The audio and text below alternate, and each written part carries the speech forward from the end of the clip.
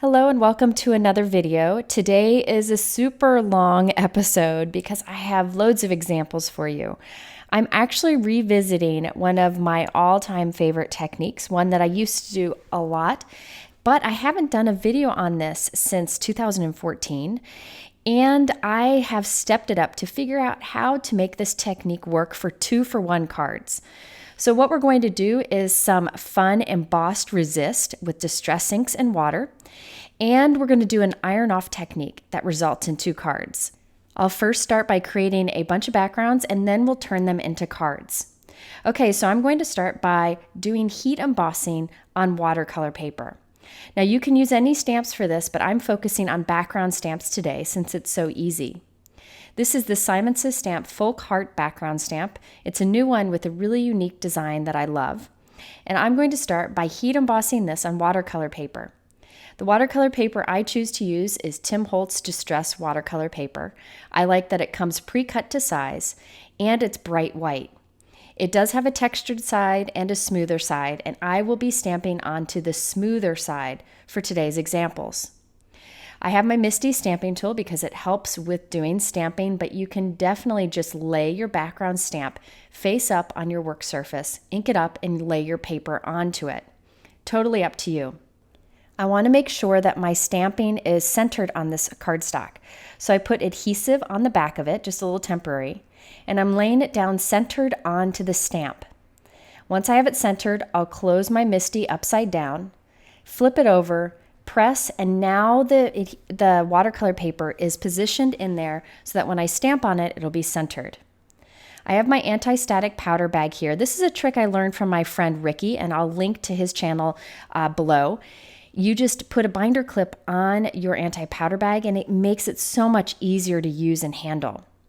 I use that over my watercolor paper, and now I'm going to stamp firmly with Versamark ink. This is a clear sticky ink. You won't be able to see it at first, but it will be perfect for doing embossing. Next, I'll remove this from my MISTI and I will use Hero Art's clear embossing powder. Any clear powder would work here. You could use white, but I find I get better results with clear. Once I cover it with the powder, I'll go ahead and heat set it and set it aside. I'm going to repeat this process many times, all on watercolor paper with clear embossing, but I'll use a variety of background stamps, so each background is a little bit different, and I'll have lots of examples for you.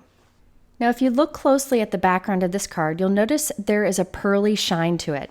That's because I created a pearlized water to use for this technique. You don't have to do this. You could definitely use straight up water if you prefer.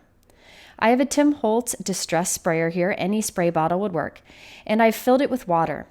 Now I'm adding Ranger Perfect Pearls pigment powder.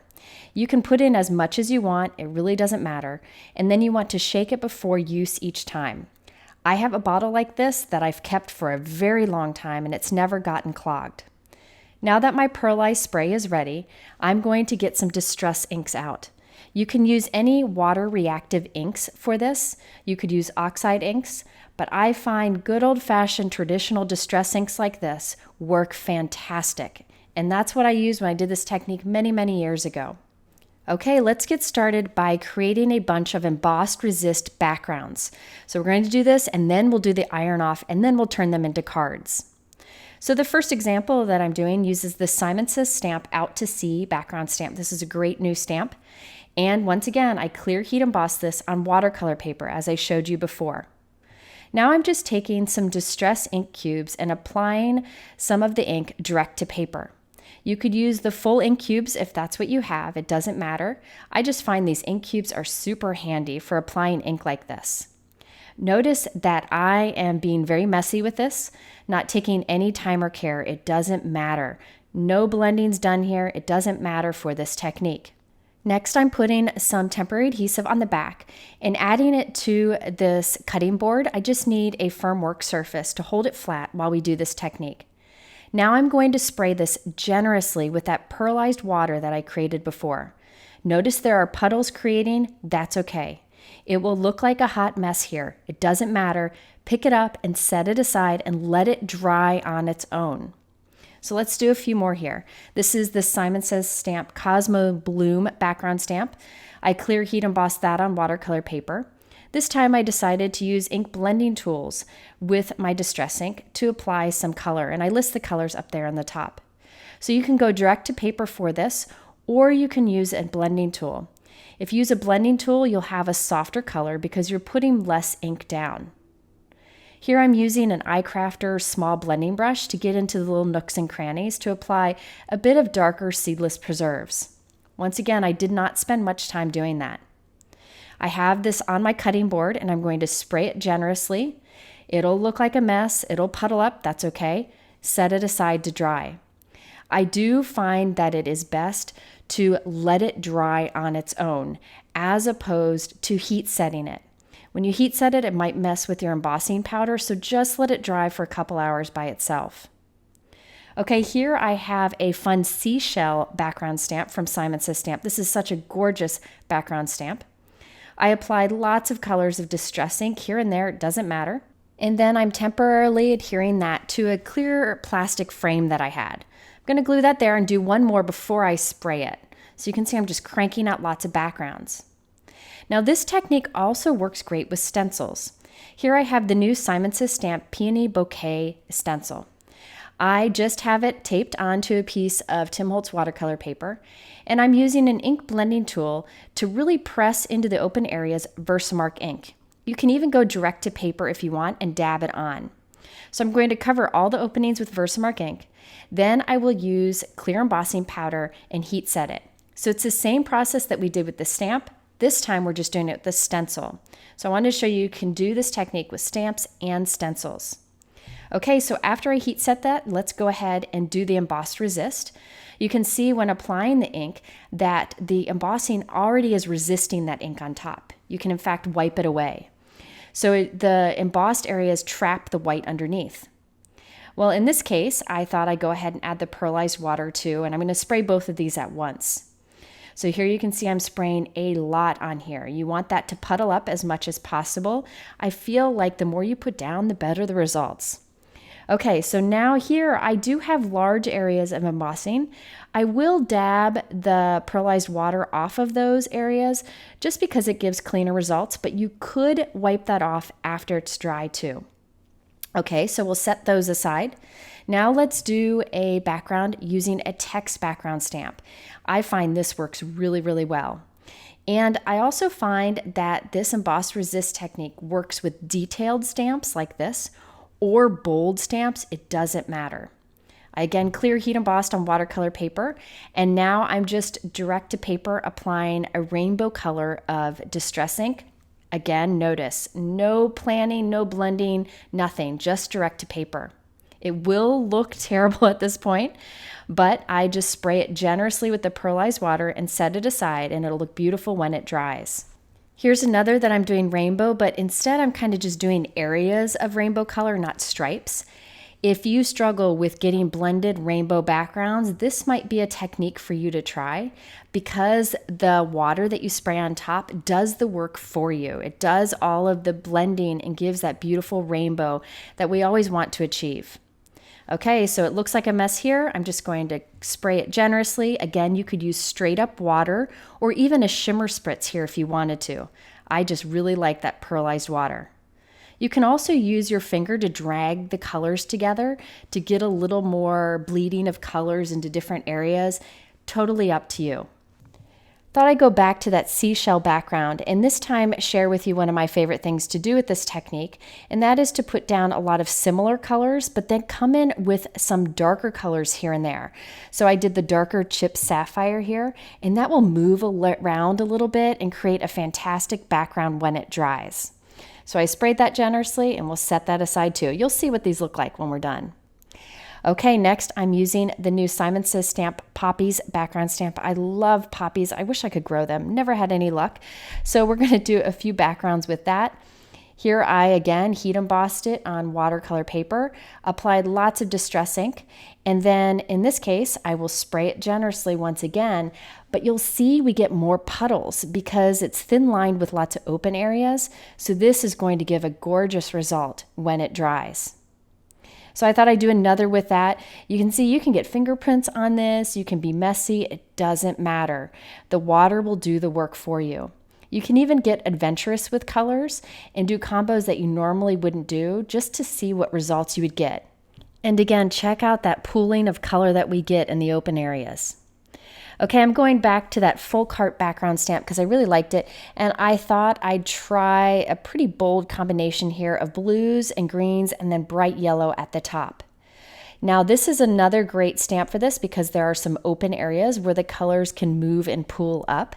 So this is one of those that really demonstrates, once it's dry, which you'll see, how the colors can move and kind of create little puddles on their own within the outlines of our heat embossing. So I really encourage you to try this with a variety of stamps. If you don't have background stamps, you could repeatedly heat emboss individual images if you wanted, totally up to you.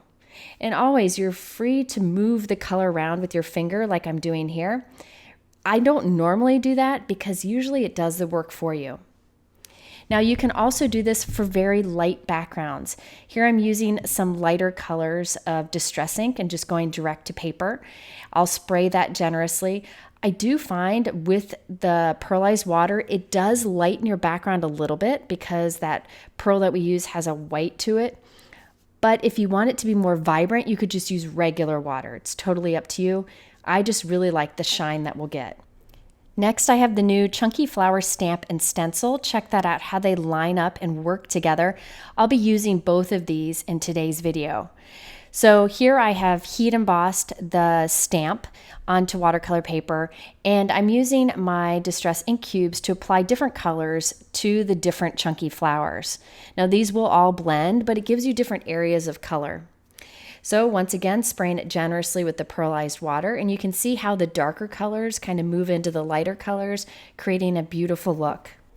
Okay, now on this next watercolor paper, I did clear heat embossing over the chunky flower stencil. So the stencil that I showed you that lines up with the stamp. So you can see how the large areas of heat embossing resist the ink that I'm putting on top. Put a little bit of dark color in there to make it pop, and then we'll spray that generously. And later we'll go back and add the stamping to this. So this technique allows you to do many different layers, and you'll see with the iron off embossing, we'll be able to make two backgrounds from one. So there are many ways you can do this technique with stamps and stencils. Okay, I have a few more backgrounds. I really just wanted to share a lot of variations of this. This is the Simon Says Stamp Gerber Daisy background. Again, lots of detail to this. I clear heat embossed it on watercolor paper and applied lots of shaded lilac, which is a nice soft purple color. Then I just did little spots of seedless preserve and chipped sapphire to it. So those darker colors will kind of blend in and again give probably the best results. I like to do lighter and add little pops of the dark. You can see this will look like an absolute hot mess at this point, but once it dries, it will give a beautiful result. Now you can also do super soft backgrounds with a gold or silver look to them. Here I'm using antique linen with little pops of wild honey. When I use the pearlized spray on antique linen and it dries, it gives a really soft gold look with that shimmer to it. If you want a soft gray look, you can use pumice stone for that. So again, you get that metallic look by using that pearlized water over the lighter colors of Distress ink, such as this antique linen. I did several backgrounds with the Simon Says Stamp Center Cut Hexagon Floral background stamp. I've used this a couple times in videos before. I like that the center pops out so you can use it or skip it. Now with this one, you can see there is a lot of fine detail to this. So when you have super thin lined images like this, you can really experiment with it. I ended up putting a lot of the pearlized water on it. You can go for less if you want to. But this particular thin line background like this works really well for the 2-for-1 iron off embossing that I'm going to show you later. So I encourage you to really try this with some of those thin line images also. Okay, now that I've created a bunch of backgrounds and let them dry for a few hours, let's go on to the next step. And this is where the magic really happens. It's hard to see in videos, but trust me, it's really cool. Okay, so this is what it looks like when it dries. You can see there are spots of shimmer there where I went really heavy with my pearlized water spray. You can leave those as is. I think they look pretty cool. But if you want to, you can just take a baby wipe or a wet paper towel and just wipe a little bit away of that shimmer. Just remove a little bit of it. But I like to leave most of it behind. If you don't like those pearlized spots, you could always skip adding the Perfect Pearl pigment powder into the water. Instead, just use regular water. So there you can see how you have the raised embossed image, and then you have the bold color around it. Now we're going to step this up and do iron off embossing. This will cause that raised clear embossing to be removed, and you're just left with the cool pattern. Now for this, you can use any iron. I just use our normal iron with the steam turned off. You could buy an iron for crafting, an inexpensive one if you prefer. Just be careful when doing it so that you don't get any embossing powder on your iron. And I'll show you how to. Okay, so I have my dried piece here, and I'm putting on a towel and in between 2 pieces of printer paper, thin typing paper, scrap paper, whatever you want. Now I'm applying heat and pressure with the iron over the entire surface. You'll see that the embossing powder melts and gets absorbed into that scrap paper we put on top and is removed from our inked background. So you want to only use that one area of your scrap paper once because you don't want to transfer it on to something else. And look what you're left with. That background is nice and smooth now. It's hard to see the difference in the video, but in real life, now we have this how did they do that looking background with lots of color and shine around these white smooth lines. So let's do a few more examples. I know that some people will probably ask, can you use a laminator instead? I have tried this with my laminators and I was never able to get it hot enough and enough pressure to transfer the embossing powder off of our inked background and onto scrap paper. So I find that the iron works better. Okay, now with the examples I've shown you so far, I have transferred the extra embossing powder onto a piece of scrap paper that will go to waste. You could instead use that extra transferred embossing powder to do a second card. So here I have my inked background and those flowers are clear heat embossed. I'm going to take an extra piece of regular white cardstock and put it right on top. Now I will apply the heat and pressure with my iron a little bit more since this is a bit thicker than the typing paper. Now the embossing powder, the clear embossing powder on our inked background will now transfer to this new clean piece of white cardstock. And we'll have 2 pieces. One that's inked without any of the embossing powder. It's nice and smooth. And then this one, you can't really see it, but the embossing powder is transferred to that. And I'll show you later what you can do with that background. So here's a close-up look of this one. So smooth, and I like how the color's a little bit darker around the edges. One of those how did they do that techniques. Okay, let's do a few more examples. Here is one where we have the clear heat embossed text. This time I decided just to use scrap paper once again. The reason is when you do this, the transfer will be backwards, and I didn't want to have the backward text on a card, so I just did it on scrap paper. This next one is one of my favorites where I used a little bit of the darker seedless preserves to add some darker spots in the background. Now you can see there are some really heavy spots of the Perfect Pearl on the background. And so I'm just going to wipe some of that away. I don't want that to interfere with transferring the embossing powder onto the other sheet. I don't know if it would. You could try it without, but I decided to wipe it away in case. Now I just used scrap paper on this one and I looked at it and I'm like, oh, I should have done some cardstock for that one. But you live and learn, and I will use it for others. So I'm kind of showing these out of order. And the first few I just transferred onto scrap paper, and then I had the idea of saving it for the second background.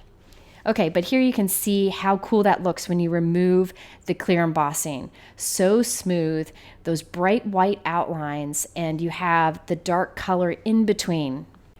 Okay, now here's another one. I have white cardstock that I'm going to transfer onto this time. So I'll put it on top, use the iron, and remove it. And it's hard to see, but on that extra piece of white cardstock, we now have embossing powder melted in. So later we'll do something with that too. Okay, this next one is one of the bold backgrounds where I did lots of blues, greens, and yellows. Notice that some of the hearts down there are bright blue, and then the areas around are dark blue. That's the fun of this technique. The colors puddle up in the different outlines in different ways. And now we've removed the embossing powder and you just have the bright white lines with the dark halo around it that this technique provides. Now this one was another one of my favorites. It had that dark chip sapphire in it. There was a little spot there that wasn't dry yet, so I'm just going to heat set it. I'm going to take a piece of white cardstock on this. This one transfers very well actually, and you'll see it later. Put some heat on top of it. Now this time I put a piece of printer paper on top of my cardstock. I was afraid a little bit of the embossing powder from the inked piece might peek out and get onto my iron, and I didn't want to ruin my iron. So I put that extra typing paper on top to protect it, and it worked great.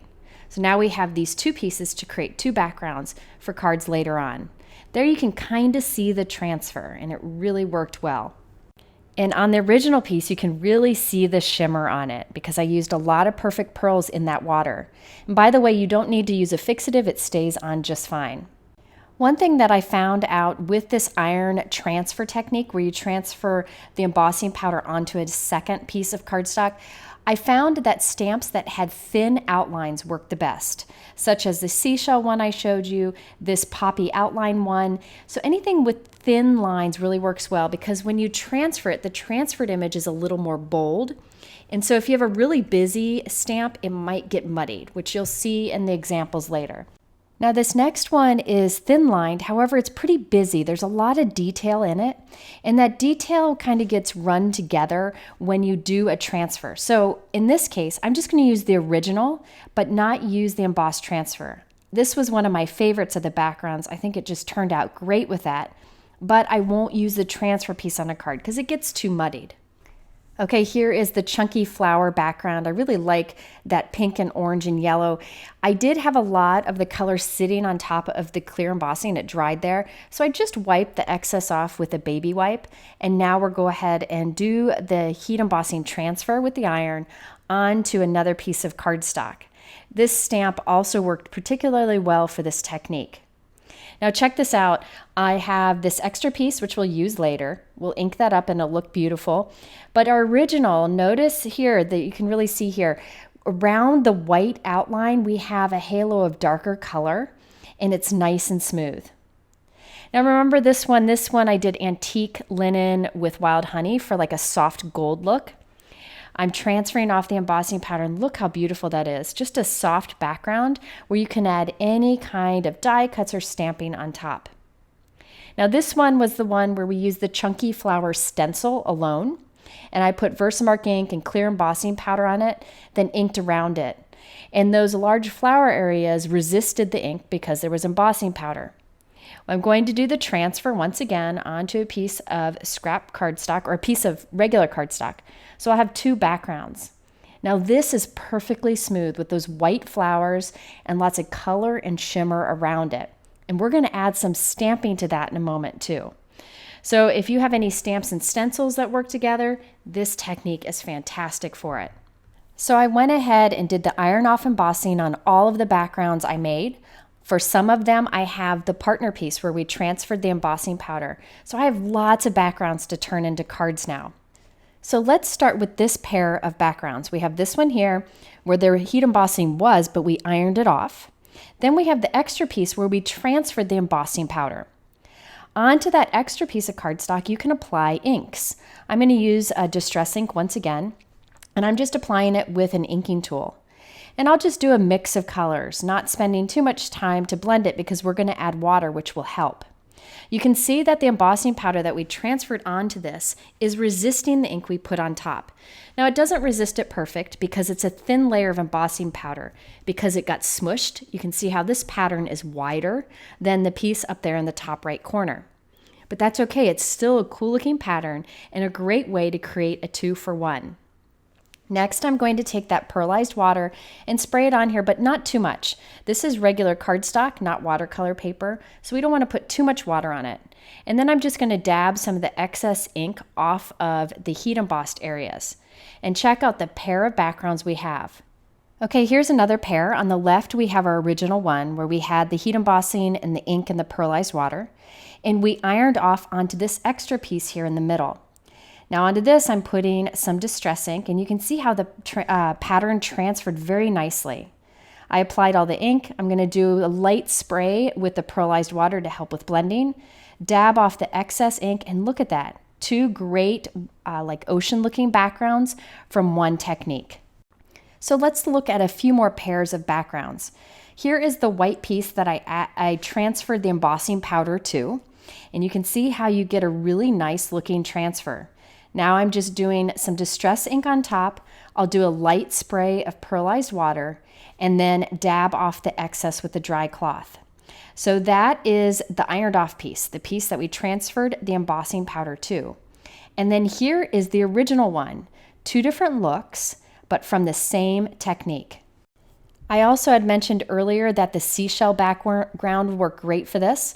We have the original one over there on the left. Then here on the right is the white cardstock we transferred the extra embossing powder to with the iron off technique. Put some ink over it, sprayed it a little bit, and look at those two beautiful backgrounds. The one on the right is a little more bold because we did the iron off embossing and it kind of smushed the embossing powder down, but it still looks great.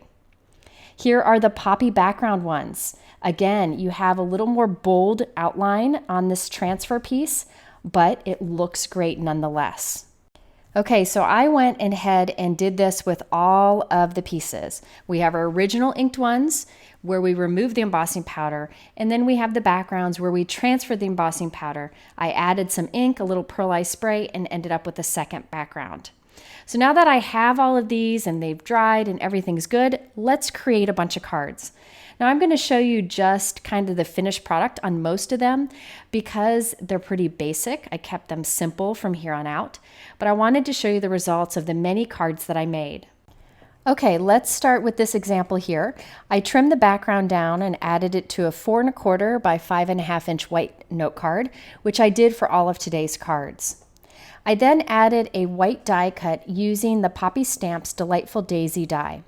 I die cut it 3 times from white cardstock and glued it together for dimension.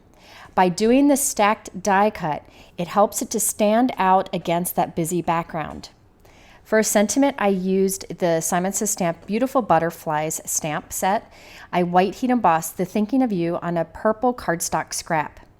Here you can see how the die cut is stacked for dimension to make it stand out a bit more, and how we have that bold shine on the background. Let's next look at the rainbow text background. On this, I added a Simon Says Stamp You Have My Heart die cut. So the words are die cut from white and glued together for 3 layers. Then I die cut the shadow from Lawn Fawn Pearlescent Vellum. This is a beautiful vellum with shimmer to it, and that is behind our white die cut. And that helps to make the white sentiment die cut stand out against the background. I also die cut the heart from holographic cardstock from Simon Says Stamp and added some holographic looking gems from Studio Katia in the background. I like that you're still able to read the text, but you have the bold color outlining it. Next up is the background that we created with the stencil. If you remember, we started with white watercolor paper, added the stencil, inked with Versamark ink over it, clear heat embossed, and then did the inking with the pearlized water. Then we ironed off the embossing powder, and we end up with those white images with the halo of dark color around it. I kept this very simple by adding a Simon Says Stamp Thanks die cut, or Big Thanks die cut. So I did the shadow from white and then the die cut on top with gold glitter paper. The sentiment underneath is from the Simon Says Stamp You Got This stamp set, which has a lot of encouraging sentiments, and I thought this one was perfect. Here's a closer look at the flower in the background. There's no shine to it. It's perfectly white because we ironed off the embossing powder, and it gives it such a gorgeous, unique look. I did not do the partner for this, the piece where we ironed off the powder, because with this big of an image that was heat embossed, it gets too smushed and muddied. It doesn't come out as crisp. So in this case, I just stuck with the one. Okay, here's one of my hexagon backgrounds. For the center, I die cut a couple hexagons from white cardstock. Now that hexagon die coordinates with this hexagon greeting stamp set. I'm not going to actually use that stamp set right now, but I will later. Here I'm using the You're on My Mind sentiment over to the left on my hexagon, and it's from the Simon Says Stamp Beautiful Butterfly stamp set. Now I added that hexagon die cut in the center with foam tape, so there's some room behind it. I then die cut the Simon Says Stamp Etched Flower Buds die. This is a new one. I really like the look of it. And I cut the flower on the left, so I could tuck the stem behind it and then have one flower on the front. And then I glued the flower on the left up higher, so I made it look like the stem on that flower on the left is longer, so it stretched to cover more of our card. I also added an Altenew metallic gold thread bow to the flower on the right. So here, by using just stacked white die cuts, I can allow the background to shine, but also allow those die cuts to stand out and be unnoticed in front of that busy background. Okay, next is one of my favorite cards from the bunch. This one is that seashell background. Gosh, I love the look of that. In the center there, I die cut a rectangle. I actually die cut it 3 times and glued them together for dimension. And then I stamped a sentiment on the bottom and arranged a little silver metallic seahorse in the center. Now that silver seahorse, I used the Simon Says Stamp Seahorse die, and I used Gina K metallic silver cardstock. I die cut it and stacked it together and glued it right in the center of the card. And the sentiment is from the Simon Says Stamp Mermaid stamp set. I really like that sentiment, and I'll use this set again later. I also added some Studio Katia clear drops to the background to look like bubbles.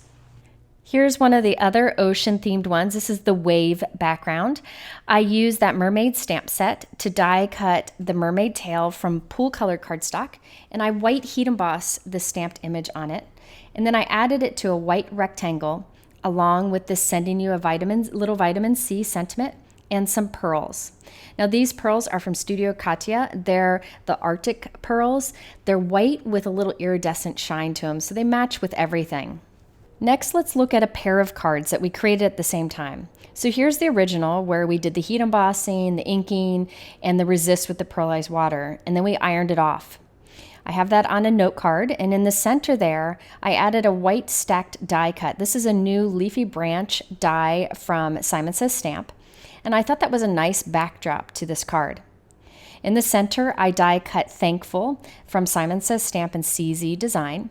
The shadow is white cardstock, and the word thankful is pool cardstock. The Stellar Human, which is a great sentiment, is from this Simon Says Stamp CZ Design Simple Sentiments 1 stamp set, and I'll use this again in a moment. Now here is the partner background. So the first one was the original background. This is the one where we transferred the embossing powder with the ironing onto white cardstock and added ink on top. Look how you get that soft look, and the outline's a little more bold. In the center, I added the Simon Says Stamp Etched Peony. This is a new die. I die cut it a few times and glued them together, and I even cut out the center part, the center petals, to make them stand out more in the middle. I then added a Hello die cut to the center, which is from a Hello Crafty Friend die that you'll see me use in a little bit. I tried to keep this one very soft since the background is soft. From this, you can see how you can easily use both backgrounds, your original one and the one you ironed off onto, and you get 2 very different looks. Here's the bold folk heart background. I really like all the different colors in this one, and you can see how you get the blues and the greens just ending up in different areas. And then when you remove the heat embossing, it's nice and smooth with that dark halo around the white outline. I wish I would have done the iron off of this onto cardstock to use for a partner, but I didn't do that on all.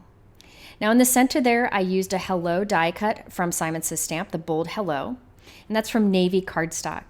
I put that on a Simon Says Stamp Etched linear heart die cut, and it has those little lines cut into it on the right, which I think is really interesting. And then I added You Are Magic from that same CZ Design stamp set I used on the last card. On top of the Hello die cut, I did put some glossy accents so that it would have some shine and dimension to it. Okay, next let's look at some of the chunky flower backgrounds that we created. Remember how there was a background stamp and a stencil? Well, there's also this large die that goes with it. This is the Simon Says Stamp Chunky Flower, and it comes with the flower die and the shadow die for it. Now here I die cut it from white cardstock 3 times. And on this one, I'm keeping the pieces inside of it by putting tape on the back. Then I'm going to glue the outline on top of it, and it gives a layered look. And I'm actually going to turn it once so that it gives it an even more unique looking layer. So you can see how it looks a little bit different than the die itself because I layered it. I added that onto one of our inked backgrounds, and then I added a simple sentiment strip in the middle. I like how that die cut goes nicely with the background, so it's not so distracting but really pulls it together. And this is a Simon Says Stamp sentiment strip. These are pre-printed panels where you can cut out whatever sentiment you want. You can even foil them with a laminator if you wanted, but it's a nice way to get a quick sentiment to add to your card. Here's another example using the same chunky flower products. So I die cut the white chunky flower die cut and stacked it together, added it to the center of the note card, along with a circle die cut where I stamped a little note. To add some interest and a different look to that chunky flower, I added some pearls to the tips of the petals. Now that a little note is one of my favorite sentiments. I use it all the time. It's from the Simon Says Stamp Beautiful Butterfly Stamp Set that I use for many sentiments in today's video and previous videos. Okay, here is one of the pieces where I had ironed off that previous background stamp onto plain white cardstock, applied some light ink over it and sprayed it lightly, and look at that unique look that we get in the background. I decided to keep this very simple, and I used the new Simon Says Stamp Chunky Happy die cut. I did the outline word with white cardstock and then the shadow with light purple. And then I added a You Make Me So Happy sentiment. That is from the Simon Says Stamp Happy Days stamp set, and I will show you a look at that a little bit later.